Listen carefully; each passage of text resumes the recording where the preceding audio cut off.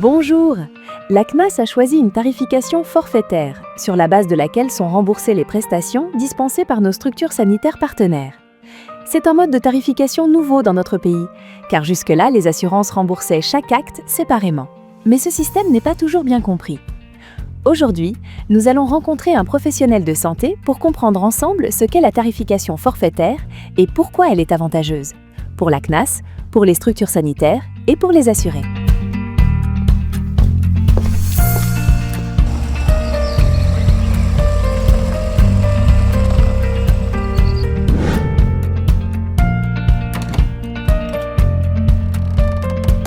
Bonjour Dr Ahmed. Bonjour. Et merci de me recevoir. Vous aviez quelques interrogations sur la tarification forfaitaire mise en place par la CNAS ? Oui, tout à fait. Beaucoup d'entre nous se demandent comment un forfait unique peut couvrir des opérations très différentes.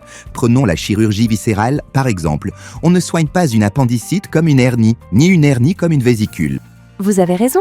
En chirurgie viscérale, les 3 interventions les plus fréquentes sont l'appendicectomie, la cholécystectomie et la hernie inguinale.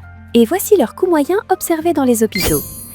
Appendicectomie, 5 300 nouvelles Ouguiya, cholécystectomie, 7 300 nouvelles Ouguiya et hernie inguinale, 7 400 nouvelles Ouguiya. Donc dans la tarification à l'acte, chaque opération est remboursée à son tarif. Donc avant, chaque acte était remboursé séparément. Mais avec un forfait unique, certaines interventions risquent de ne pas couvrir leurs coûts. C'est vrai si on regarde cas par cas, mais pas si on regarde toute votre activité sur l'année. Toutes ces opérations n'ont pas la même fréquence. Certaines, comme les appendicectomies, vous les faites presque tous les jours, tandis que les hernies ou les vésicules sont moins fréquentes. Regardons vos chiffres réels. L'appendicectomie avec une fréquence de 57% et un prix total de 5 300 nouvelles Ouguiya. La cholécystectomie avec une fréquence de 23% et un prix total de 7 300 nouvelles Ouguiya. Et la hernie inguinale avec une fréquence 20% et un prix total de 7 400 nouvelles Ouguiya.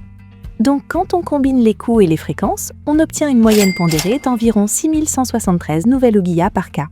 C'est ce montant qui devient le forfait CNAS de chirurgie viscérale.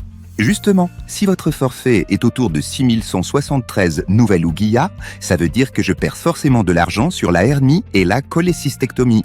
Non, justement, et c'est ce que je vais vous démontrer tout de suite. Si on compare maintenant vos recettes totales, on voit que le résultat est identique. Commençons par l'appendicectomie. On a 510 cas. Le prix à l'acte est de 5 300, le prix forfaitaire est de 6 173,6.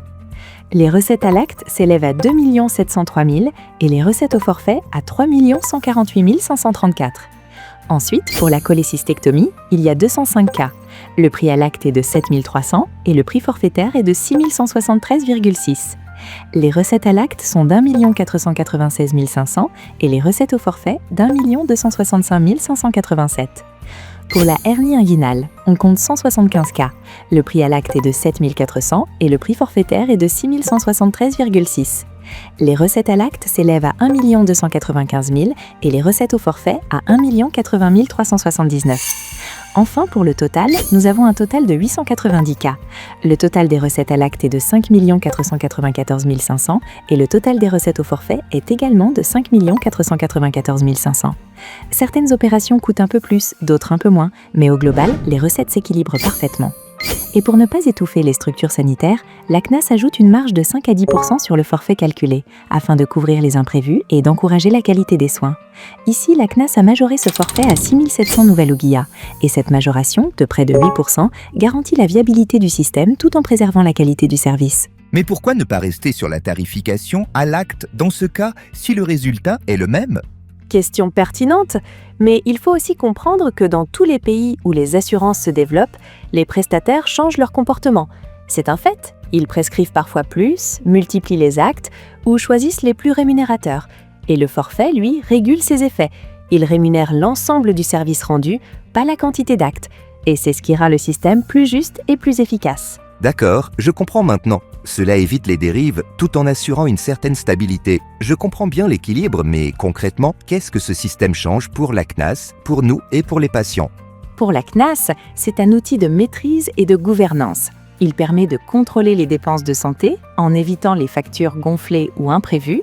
Il assure une transparence totale, avec des tarifications connues à l'avance. et il prévient la surprescription et les dérives liées au paiement à l'acte. Donc, ce modèle protège la CNAS contre la surfacturation et est plus durable. Pour les structures sanitaires, le forfait apporte une visibilité claire sur les recettes, car les montants remboursés sont fixes et prévisibles. Un allègement administratif, plus besoin de vérifier des centaines d'actes un à un, et une meilleure planification financière, car les recettes deviennent régulières et stables. Contrairement aux idées reçues, la majorité des structures n'y perdent pas. Elles y gagnent en stabilité et en performance. Et pour les assurés, les avantages sont évidents. Un seul ticket modérateur à payer, pas de va-et-vient entre services, un parcours simplifié, une facture claire et prévisible, connue à l'avance, une égalité de traitement entre patients et une meilleure protection financière, surtout pour les familles à revenus limités. Le patient n'est plus perçu comme une source de recettes, mais comme une personne à protéger. Effectivement, c'est un système plus simple, plus clair et plus juste. Je comprends mieux. Le forfait n'est pas une contrainte, c'est un vrai levier d'équilibre et de confiance. La tarification forfaitaire, c'est plus qu'un mode de paiement. C'est une réforme stratégique pour un système de santé plus juste, plus transparent et plus durable. Et surtout, c'est un modèle gagnant pour tous, la CNAS, les structures sanitaires et les assurés.